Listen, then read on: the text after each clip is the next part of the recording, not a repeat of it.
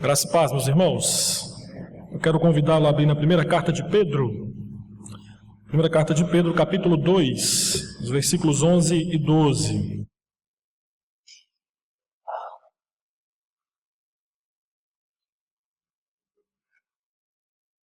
Primeira carta de Pedro, capítulo 2, versículos 11 e 12.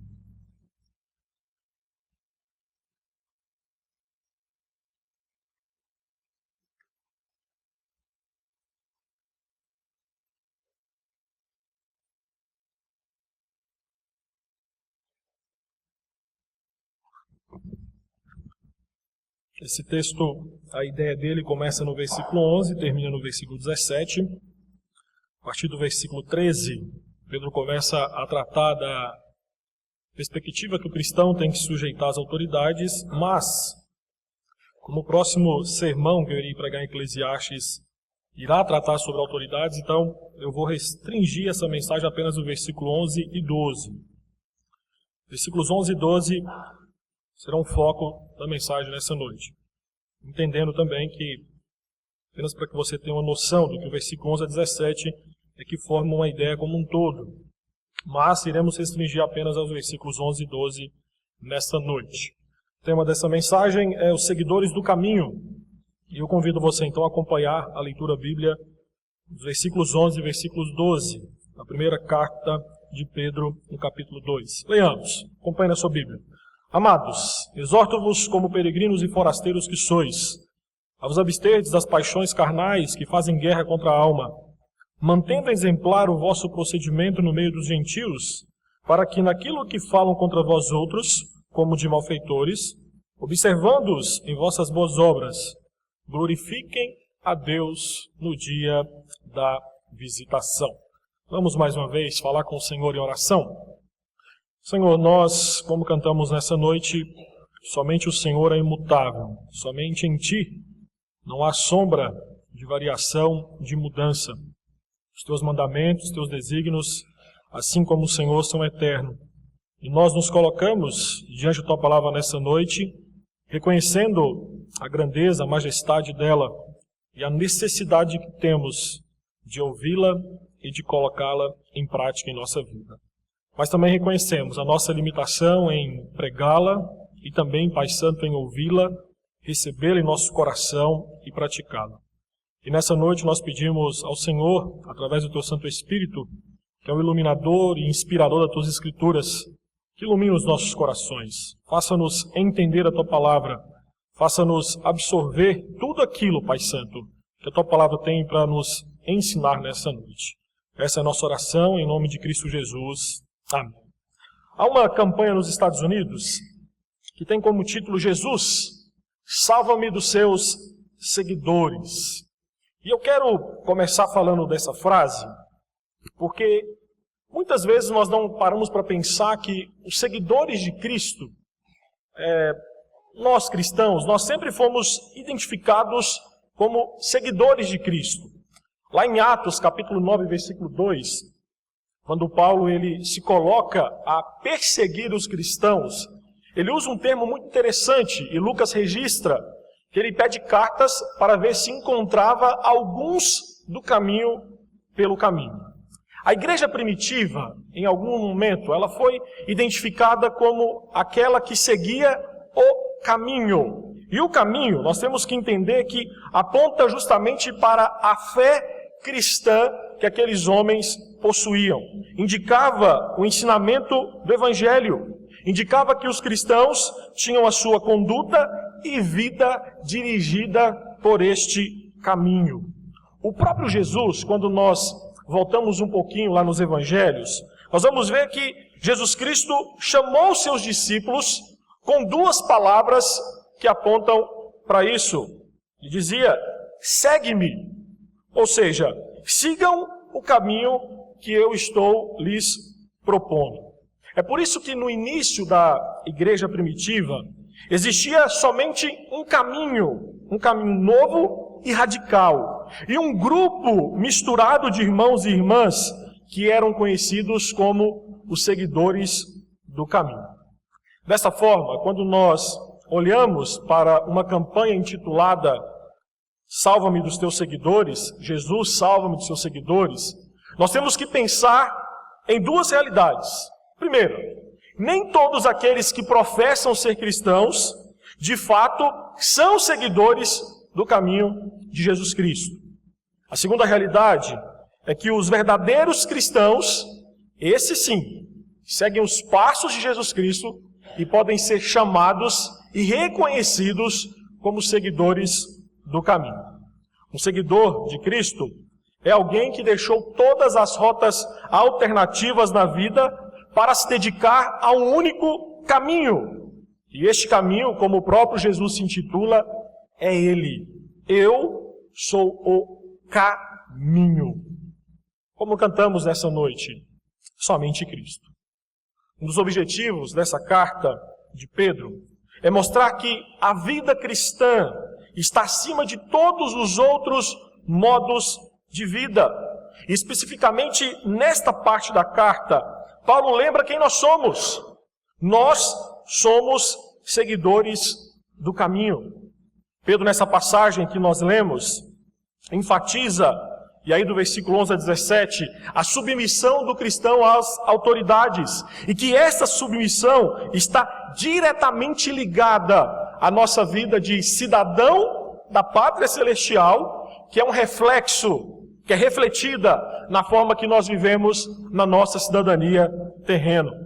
Pedro mostra que o relacionamento com Jesus deve ser a motivação suficiente para ter uma vida piedosa neste mundo ímpio que nos cerca.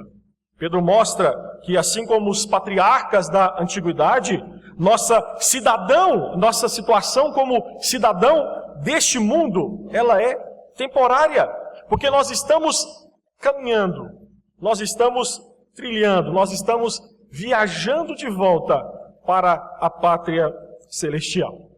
Pedro, então, nesses 2 versículos, mostra que o caminho trilhado pelo cristão é um caminho sobremodo excelente, por ter a companhia de Cristo, bem como por causa do destino final, que é a Nova Jerusalém. Sendo assim, nessa noite eu quero lembrar algumas verdades que nós, seguidores do caminho, temos que sempre trazer à nossa memória. O primeiro ponto é que um seguidor do caminho é alguém que reside longe de casa. E o versículo 11 vai nos mostrar isso. E eu quero trabalhar essa ideia de 3 formas. A primeira é entender que longe de casa, o seguidor do caminho, ele continua sendo um patriota. Versículo 11, as palavras peregrino e forasteiro são sinônimas e apontam para alguém que é um residente temporário ou um viajante em um país estrangeiro. A ideia dessas palavras é mostrar que são pessoas que vivem em um país estrangeiro, mas mantêm a sua própria cidadania. E aqui entenda que quando você vai residir em outro país, você não tem os mesmos direitos e privilégios que os cidadãos nativos do país, daquele país têm. Basta você ver a loucura que está sendo aí a eleição do Donald Trump. Há muitos imigrantes que estão preocupados. Por quê? Porque alguns direitos que o cidadão nativo tem, aquele que, mesmo de forma ilegal, reside naquele país, ele não tem esse direito. Eu quero que você entenda que isso se aplica a nós, cristãos. O cristão é alguém que vive igual um cidadão deste mundo. Tem os mesmos direitos, tem os mesmos deveres, tem, de certa forma, as mesmas oportunidades. Entretanto, existe uma distinção entre um cristão, que continua sendo cidadão deste mundo, porque ele entende que aqui não é, de fato, a sua terra natal. A distinção é que nós, como servos do Senhor, nós temos uma pátria que ultrapassa a terra nativa em que nós nascemos, que é a pátria celestial. Entenda que quando você sai do Brasil, longe do Brasil, um brasileiro ele não deixa de ser brasileiro. Ele continua sendo brasileiro no Japão, na Argentina, em Istambul, como um irmão acabou de falar comigo e com o pastor Sérgio, que estava residindo lá. Ele continua sendo brasileiro. Entretanto, o que nós temos que colocar na nossa cabeça é que isso também se aplica a nós como cristão. Um cristão, ele não abre mão da sua identidade celestial pela identidade deste mundo. Um seguidor de Cristo, é estrangeiro neste mundo ímpio em que nós estamos inseridos. E precisamente por isso, em muitas situações, ele não pode aceitar as regras e normas levantadas por homens ímpios. Compreenda que como cidadão nessa terra, que vive sobre essa terra, nós, como cidadão do céu, nós temos responsabilidades que implicam viver neste país. Mas compreenda também que algumas leis que são colocadas e impostas neste país, no que diz respeito às leis celestiais da nossa verdadeira pátria, nós não podemos aceitá-las.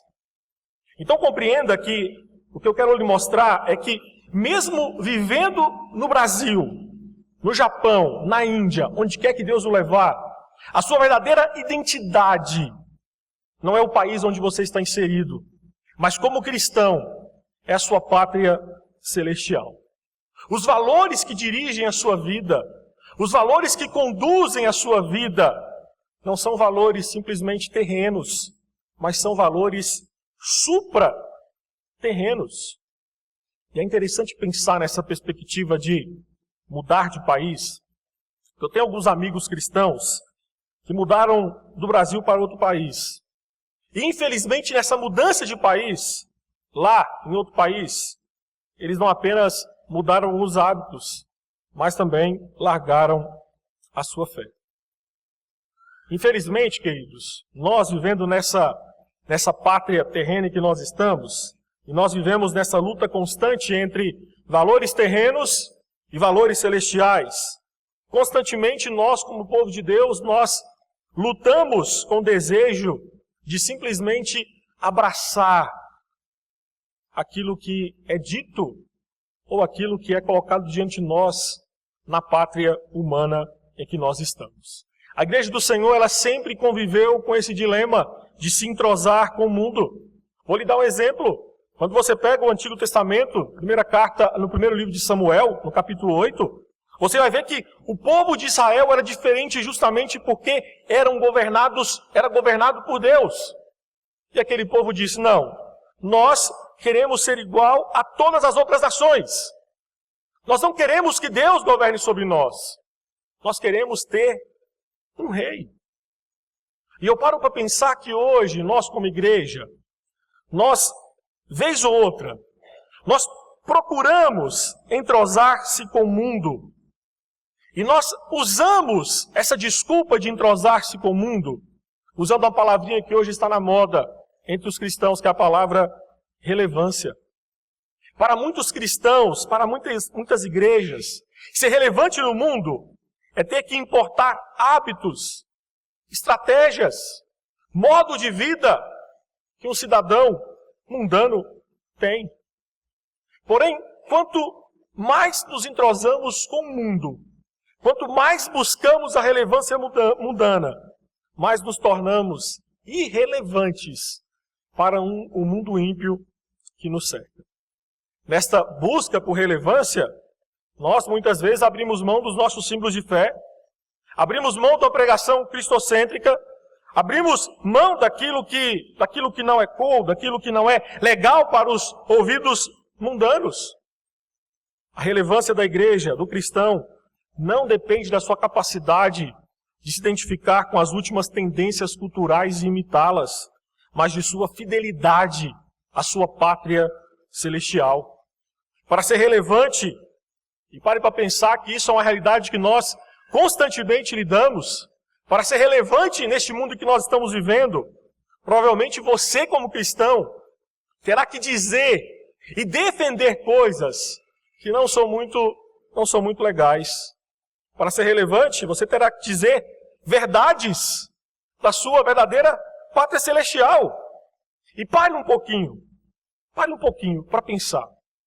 Quando você expõe o que sua verdadeira pátria diz sobre o homossexualismo, sobre o aborto, sobre a corrupção, sobre honrar os pais, sobre respeitar as autoridades, você é bem aceito?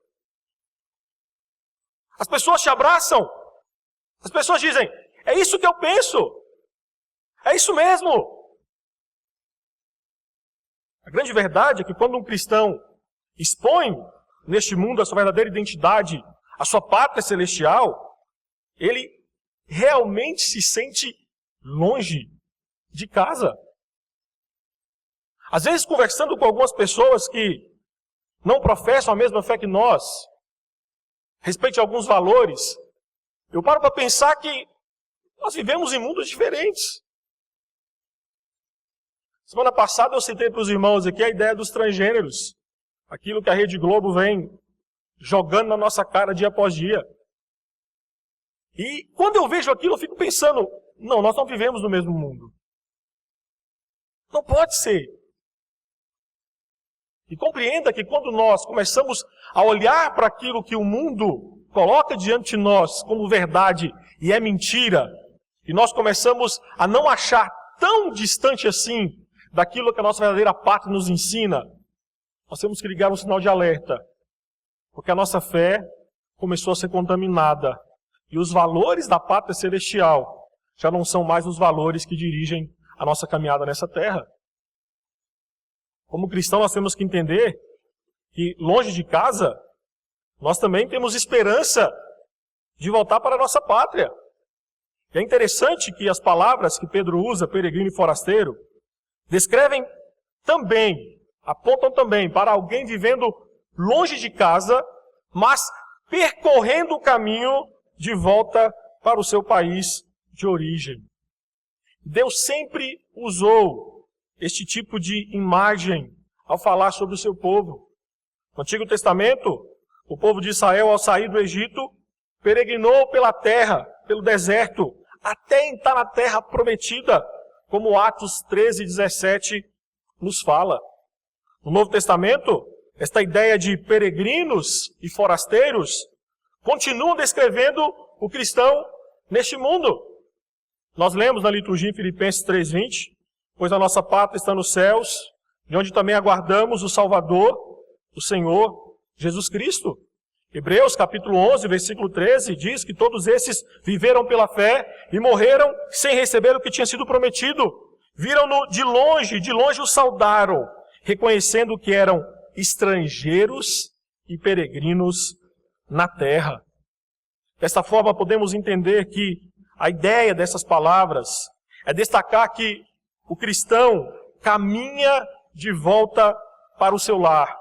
Mas antes de chegar ao seu lar, ele tem que cruzar este mundo quebrado, partido por conta do pecado. Como cristão, seguidor de Cristo, nós sabemos o motivo do porquê nós perdemos o nosso lar original. Nós somos expulsos da nossa pátria porque nós pecamos. Porém, em Cristo Jesus, nós temos a esperança de voltar novamente para a nossa pátria restaurada. Agostinho, em seu livro Cidade de Deus, explicou que a verdadeira cidade dos santos está no céu. Aqui na terra, os cristãos viajam como em peregrinação através do tempo à procura do reino da eternidade. A vida humana não é apenas uma vida na estrada, mas também é a vida em busca de um lar final. E como cristãos, nós não somos vagantes sem destinos, mas nós somos caminhantes. E descobrimos que Ele, Jesus Cristo, é o caminho. Mas ainda assim, nós continuamos na estrada. A ideia que posso trazer aqui para ajudá-lo, a ilustração para ajudá-lo a pensar nisso, é como você, e eu faço muito isso aqui porque São Paulo é uma loucura. Às vezes vamos visitar alguém, não adianta, tem que colocar no Waze, ou tem que olhar no Google Maps. E nós usamos aquilo ali como um guia. Ou seja, através dele nós sabemos qual é o caminho.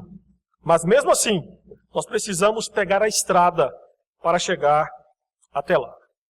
Sobre isso, Howard Hendricks afirma que a maioria das pessoas pensa que está na terra dos viventes, em direção à terra dos mortos.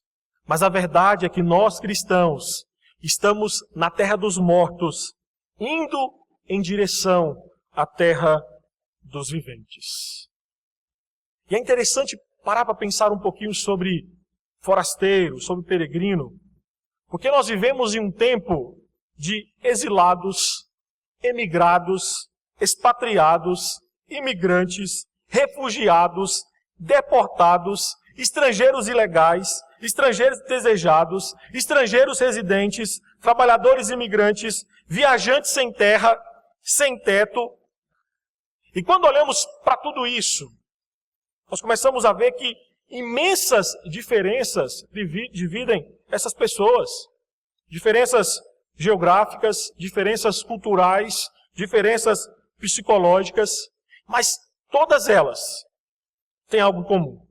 Todas elas experimentam algum senso de perda do lar, da história, da terra-mãe, da língua-mãe, fazendo da saudade sua melhor experiência. Pergunte a qualquer um destes exilados, refugiados, qual o maior desejo deles. E eu te garanto que a maioria vai responder que, olha, eu sinto saudade de casa. Eu tenho vontade de voltar um dia para a minha pátria. Eu tenho 2 irmãos que moram fora do país, moram na Irlanda há bastante tempo. E é interessante conversar com os dois sobre isso. A minha irmã diz, olha, a Irlanda é o melhor país do mundo. O Brasil eu não volto por nada. Aqui, a Irlanda é minha terra. Meu irmão, se você conversa com ele, e aí, você quer voltar para o Brasil? Ele fala assim, olha, a Irlanda é muito boa, mas nada se compara com o Brasil. No Brasil tem pão de queijo, no Brasil tem pamonha, no Brasil tem churrasco. No Brasil não se compara.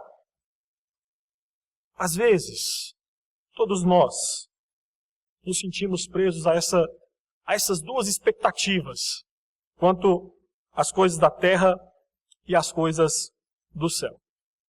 Tem hora que nós pensamos que o melhor é partir para o céu mesmo. O melhor é partir estar com Cristo. Mas existem momentos em que nós nos pegamos pensando que o melhor é ficar aqui. É viver na terra. Geralmente, quando as coisas estão indo de mal a pior na sua vida, aí você levanta as mãos e diz, Maranata, volta Senhor Jesus, por favor. Mas quando as coisas estão indo bem, as coisas estão progredindo, as finanças estão indo bem, família caminhando tudo tranquilo, nosso coração muitas vezes é tomado com a perspectiva de dizer, Senhor, segura um pouquinho sua volta aí, deixa eu casar, deixa eu construir minha vida, deixa eu estruturar a minha vida, deixa eu gozar das coisas boas da terra. E eu quero lhe falar que essa segunda perspectiva não deveria causar sorriso nos nossos lábios. Deveria causar tremor no nosso coração. Porque quando nós começamos a pensar assim, é porque o nosso coração começou a se esfriar no que diz respeito ao desejo e anelo de voltar para a terra da qual nós pertencemos, que é a nossa pátria celestial. Quando um cristão ele perde a esperança, o desejo, a vontade de voltar para a sua pátria celestial, quando ele pensa que as coisas desta terra provisória, terra de sombras, terra pecaminosa, é o melhor para ele, o seu coração já não consegue cantar com todo ardor e empenho aquilo que nós cantamos nessa noite. Sou forasteiro aqui, em terra estranha estou, celeste pátria sim, é para onde vou. Longe de casa, da terceira forma que nós podemos mostrar que o nosso desejo como servos do Senhor, como seguidores do caminho, é que longe de casa, o cristão ele é um abnegado. Uma vez que os cristãos não fazem parte deste mundo, no versículo 11, Pedro vai nos falar que eles devem abster-se das paixões da carne. Os cristãos devem abster-se de tudo que é natural nessa casa estrangeira, onde habitam temporariamente, ou nesse país pelo qual eles estão simplesmente passando. A ordem de Pedro é que, longe de casa, o cristão deve lutar contra os desejos da carne, que é aquilo que dita esse sistema mundano e pecaminoso em que nós estamos inseridos. E no grego essa expressão abster significa uma ação contínua de manter-se afastado de alguma coisa. E neste caso, continuamente o cristão deve manter-se afastado das paixões carnais. O apóstolo Paulo, lá em Gálatas, capítulo 5, versículo 19, ele nos advertiu sobre o que são essas paixões carnais. Ele disse, ora, as obras da carne são conhecidas e são prostituição, impureza, lascívia, idolatria, feitiçarias, inimizades, porfias, ciúmes, iras, discórdias, dissensões, facções, invejas, bebedices, glutonarias e coisas semelhantes a estas, a respeito das quais eu vos declaro, como já outrora vos preveni, que não herdarão o reino de Deus os que tais coisas praticam. Essas paixões da carne, segundo as Escrituras Sagradas, fazem guerra contra a nossa alma. Ou seja, é uma batalha que o cristão ele trava dentro de si mesmo. Ele trava na sua alma. Pedro aqui está atestando que em nossa peregrinação nessa terra de escuridão, o nosso maior inimigo seremos nós mesmos. A nossa guerra não é contra as pessoas ao nosso redor, mas contra as paixões dentro de nós que muitas vezes dominam o nosso coração.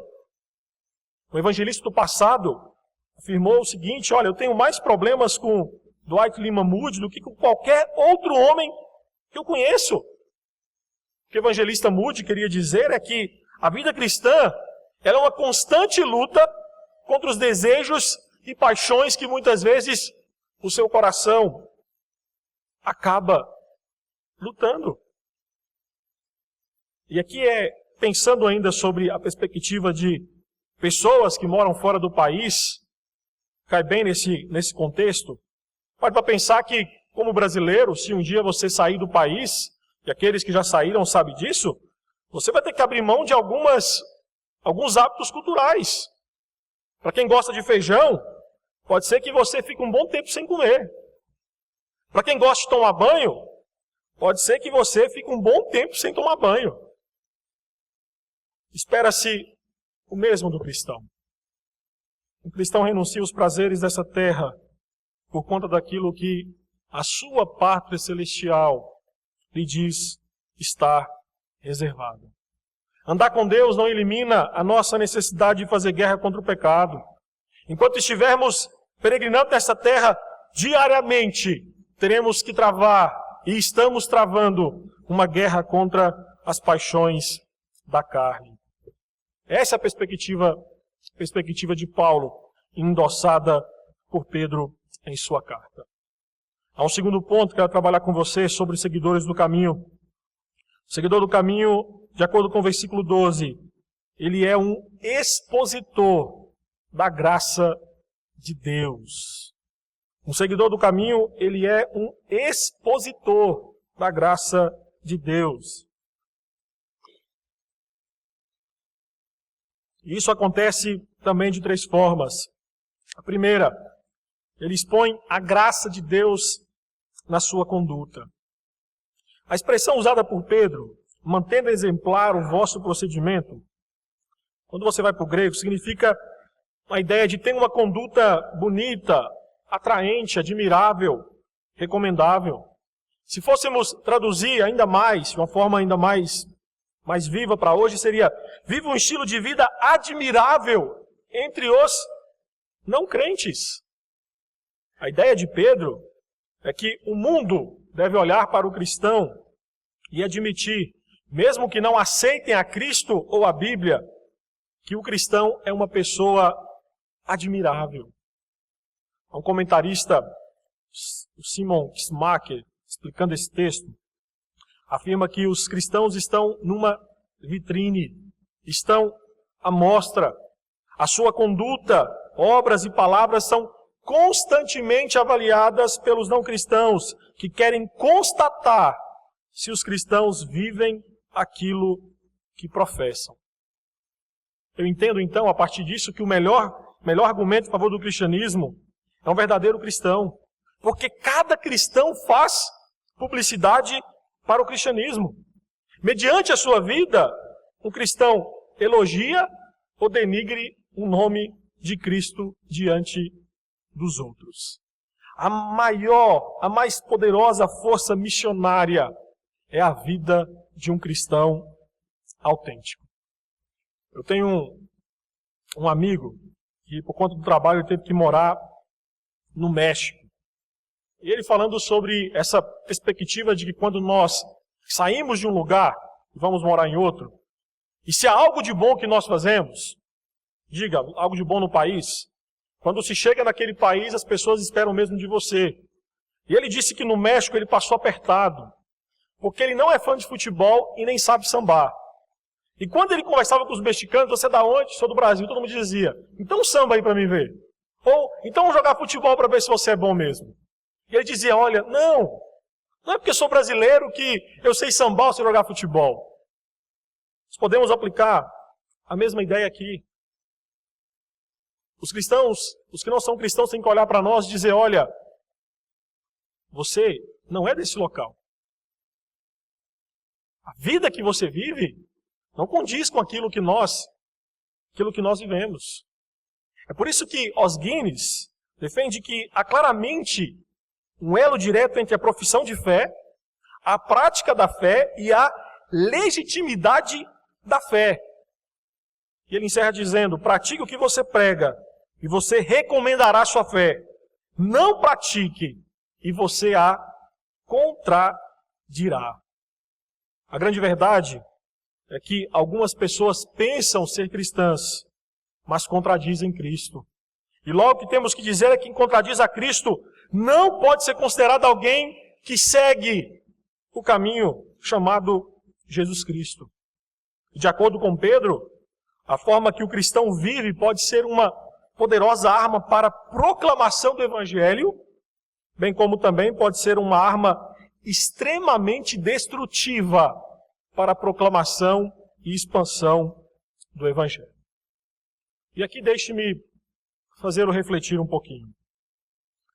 Tem a expressão que diz, primeira impressão é a que fica. Pensando a respeito do Evangelho, nós nunca teremos uma segunda chance para deixar a primeira impressão sobre o nosso cristianismo. Se a primeira impressão é que fica, a pessoa vai olhar para você e a primeira impressão que ela vai ter do seu cristianismo, você não vai conseguir mudar. Nós não temos uma segunda chance para deixar uma primeira impressão sobre o nosso cristianismo. O imperador romano do passado, filósofo e imperador Marco Aurélio, em seu livro Meditações, ele recomendava essa perspectiva, dizendo, será que algum homem me desprezará?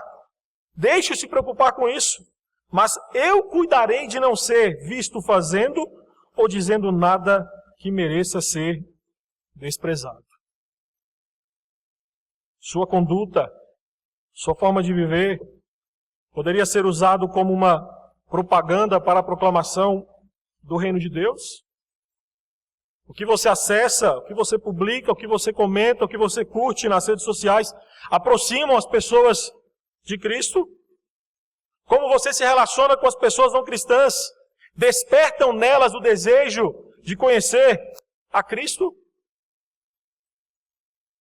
Pedro ainda, nessa segunda forma que quero pensar com você, sobre a perspectiva de ser um expositor da graça, Pedro nos mostra que um cristão expõe a graça de Deus também na perseguição. No versículo 12, Pedro aponta para perseguição através da calúnia, da difamação. E naqueles dias, os cristãos eram acusados de várias coisas. Eram acusados de canibalismo, seus inimigos deturpavam as palavras usadas na Santa Ceia, encha meu corpo, e diziam, olha, esses cristãos, eles matam e comem crianças em suas festas. Eles eram acusados de imoralidade, diziam que a festa ágape, olha, essa festa aí não passa de orgias. Acusavam os cristãos de prejudicar o comércio, Quando você pega Atos 18, 21 em diante, você vai ver que existe uma perspectiva ali grande que os cristãos pregaram a palavra de Deus e por conta disso o comércio de venda de imagens acabou-se. Acusavam também os cristãos de deslealdade a César, isso porque nenhum cristão aceitava adorar a deidade do imperador, nem queimar incenso em sua honra, nem declarar que César é Senhor, porque para o cristão somente Cristo era Senhor. E diante dessas acusações, eu estou dizendo que o seguidor de Cristo tem que fazer que sua vida seja tão atrativa, tão bela e tão digna de ser observada, que as calúnias dos ímpios fiquem completamente desvirtuadas. Pedro explica que quando somos tratados como malfeitores, a nossa conduta cristã deve revelar boas obras e ausência de falhas morais. Richard Rembrandt é um pastor muito conhecido do passado, um pastor romeno, que foi preso em 1948 e passou 14 anos preso em prisões comunistas por causa da sua fé cristã. E em seu livro Torturados por Amor a Cristo, ele conta como os cristãos suportaram a perseguição naqueles dias. E nesse livro ele relata que os cristãos sofreram as mais diversas torturas, coisas inimagináveis. Mas ao mesmo tempo, no livro ele relata que esses cristãos, mesmo quando sofriam torturas brutais, eles não praguejavam, não murmuravam, não xingavam seus torturadores, mas eles louvavam a Deus, eles cuidavam uns dos outros, e por conta desse testemunho, vários oficiais da polícia secreta russa se converteram ao Evangelho, e por causa disso, passaram a sofrer as mesmas coisas brutais que antes cometiam aqueles que seguiam a Cristo. A história da igreja cristã tem provado que quanto maior a densidade das trevas, maior intensidade a luz do Evangelho brilha através dos servos de Cristo Jesus.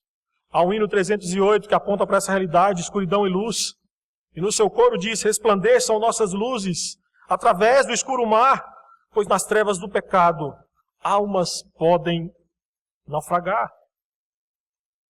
E ainda uma terceira e última forma que nós, como seguidores do caminho, expomos a graça de Deus é na salvação dos perdidos.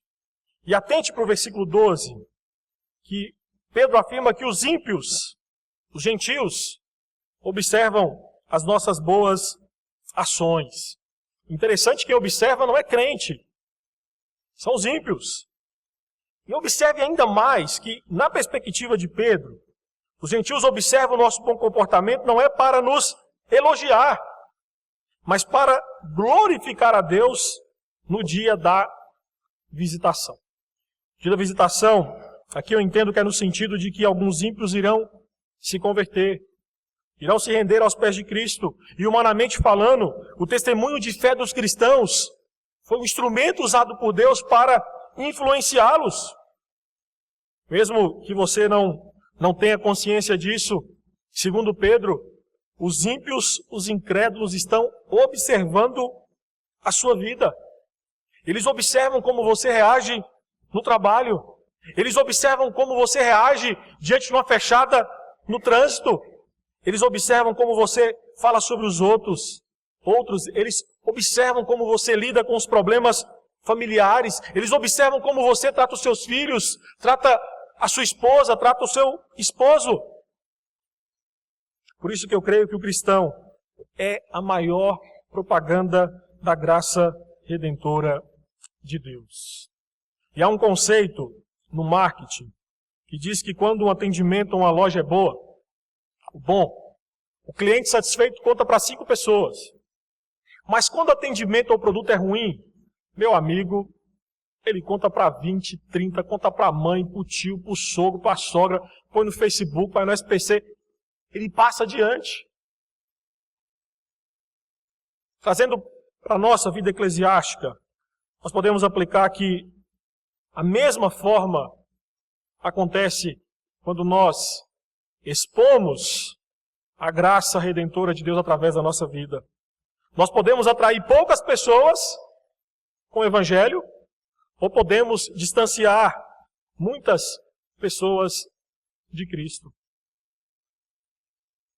O texto que nós vemos na liturgia é Efésios 2:10. Há uma expressão bem interessante. O texto que nós lemos na liturgia mostra a salvação que é em Cristo Jesus. E que como peregrino o Senhor nos chamou para boas obras. Mas antes disso tem uma expressão que é sensacional. O texto diz que nós somos feituras de Deus. E no grego essa expressão é literalmente que nós somos poemas de Deus. Como poemas de Deus, devemos expressar o amor de Deus na mais perfeita métrica, com a melhor das rimas e com as mais coloridas figuras de linguagem. Somos poemas de Deus, obra de arte da graça de Deus, para expressar a graça salvadora de Deus através das linhas da nossa existência. E eu quero concluir apenas relembrando a você que como seguidores de Cristo, nós aprendemos que nós temos uma fé peregrina, diferenciada essencialmente quanto ao lugar da nossa habitação final. Todos nessa terra estão peregrinando para algum lugar. Porém, o que nos diferencia deles é o nosso destino final, é a nossa pátria celestial. A nossa fé é peregrina porque ela tem nos impulsionado a desejar, almejar o céu, lindo céu. Como cantamos nessa noite, vale a pena enfatizar novamente. Sou forasteiro aqui, em terra estranha estou, celeste pátria sim, é para onde vou. Como seguidores do caminho também aprendemos que somos pessoas através de quem a graça redentora de Deus pode ser vista e admirada. Enquanto seguimos o caminho Jesus Cristo, somos usados por Deus para trazer outros para também trilhar este caminho.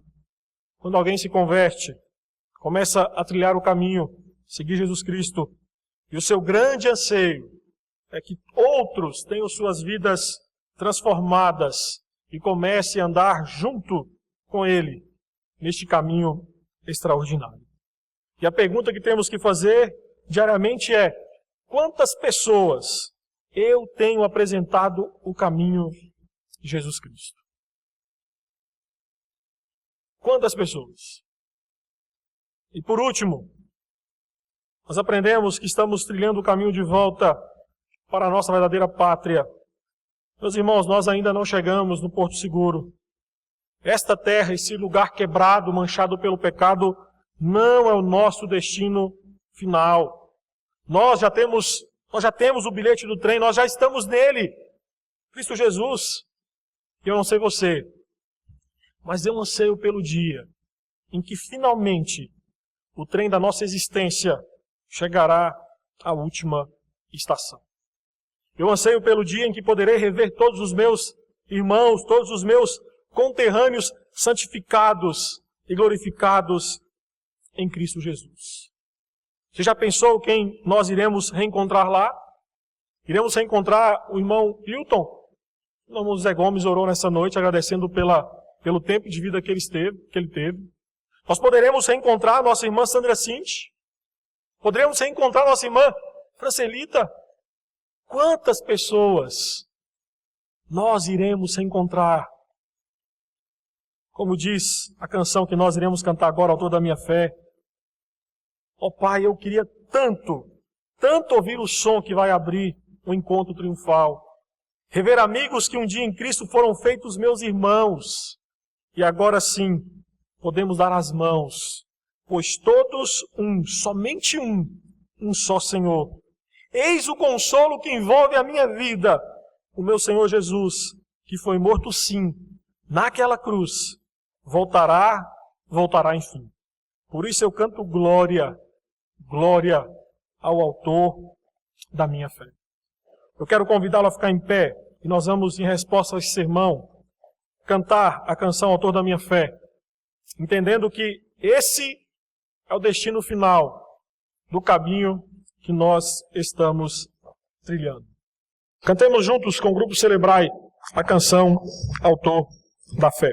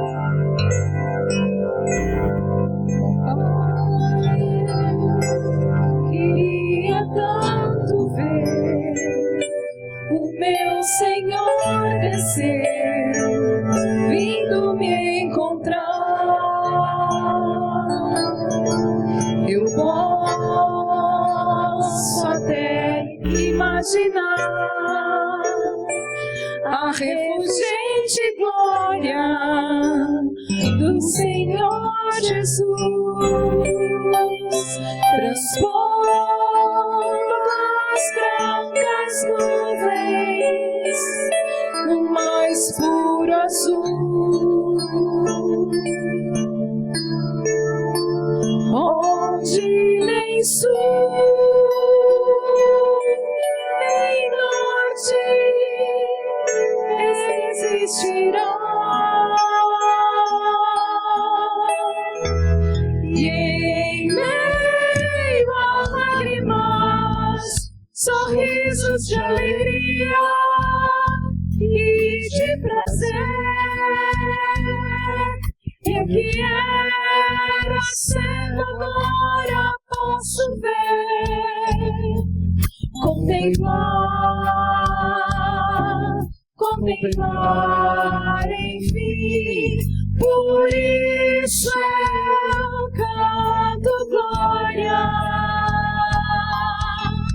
glória, glória ao Autor da minha fé. Glória, glória ao Autor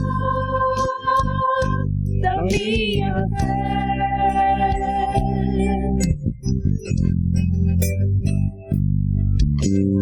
Pai, eu queria tanto ouvir o som que vai abrir o encontro triunfal, rever amigos que um dia em Cristo foram feitos meus irmãos, e agora sim podemos dar as mãos, pois temos todos somente um só Senhor.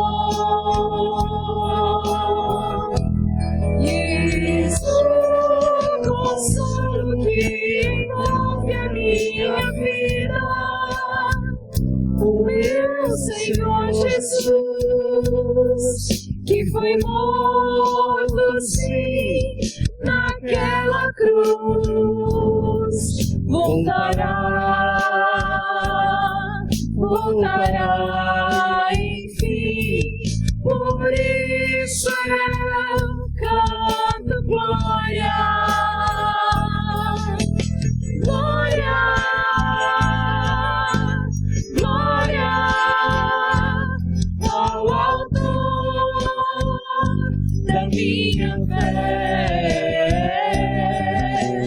Glória, glória ao Autor da minha fé.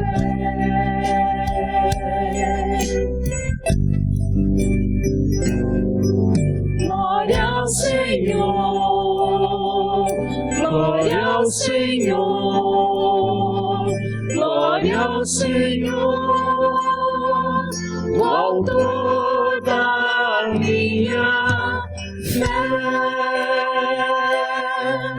Glória ao Senhor, glória ao Senhor, o autor da minha fé.